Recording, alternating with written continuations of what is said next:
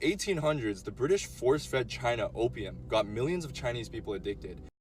Hey, you love to lie to people. You think people don't know who the Chinese are.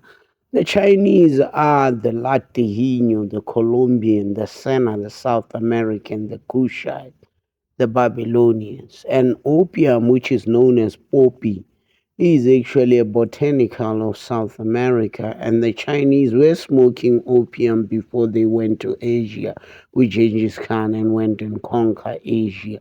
You mustn't come and lie to us here. You are a young boy, a little boy, for you to think you can be spanked yesterday and then wake up in your mother's womb and turning to think you can come and lie to us here while else we've been alive and we know what is going on within shenanigans in this world. But these Chinese people are Nyaope, or the so-called opium poppy, users and abusers of antiquity way beyond the timeline that you are mentioning. The Chinese, which are the Sena, because one thing that you don't know, the name China is And then Sena. when China decided to destroy the opium, like the Boston Tea Party in America, they sent warships and started the first opium war.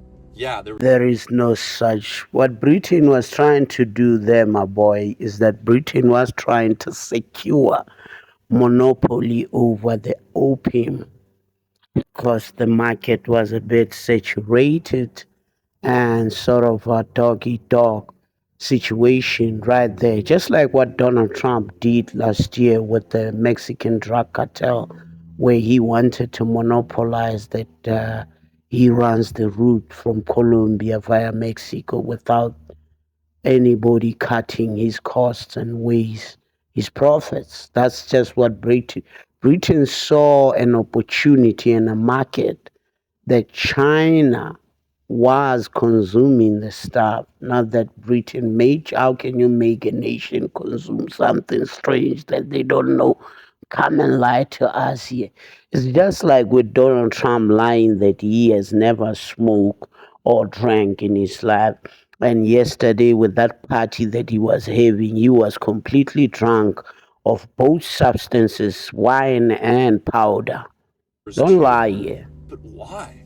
You see, in the 1700s, the British were madly obsessed with Chinese tea. The problem You are no different to him. He also doesn't stop talking foolish nitty gritties about his own imagination of what history should be. He is just like you. There's no such thing as Chinese tea. Are you mad? Chinese, they don't mind to go into the wilderness and pick up bamboo leaves and boil them and call them tea. Who drinks that? Nobody cares about Chinese madness, man. You're just like this guy. was that China didn't really need to trade with the British, and the British kept sending silver over to China, and they were like, we're fine, like we don't need this. So the British decided to come up with a crazy plan. They essentially grew opium in India and decided to ship it to China to get them hooked and provide something of value. Imagine trying to say he's not on opium.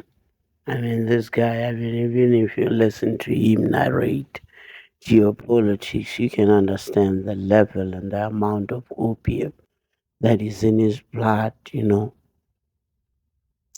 historically, genetically, I mean, hereditary, from a line, coming from a line of heritage, in as far as genetics is concerned, of taking a substance religiously. I mean, imagine me trying to get the whole of China hooked onto a substance that is strange to them. They didn't know anything about them. It's like me saying to people they should eat a fruit that they don't know. I'm going house to house trying to entice them to get hooked.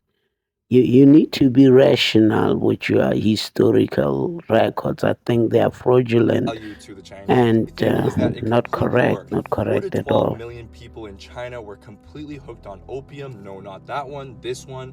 And there was a huge drug epidemic in China. So the Chinese government, the emperor, decides to hire this guy, Lin Zexu, who then decides to take decisive action.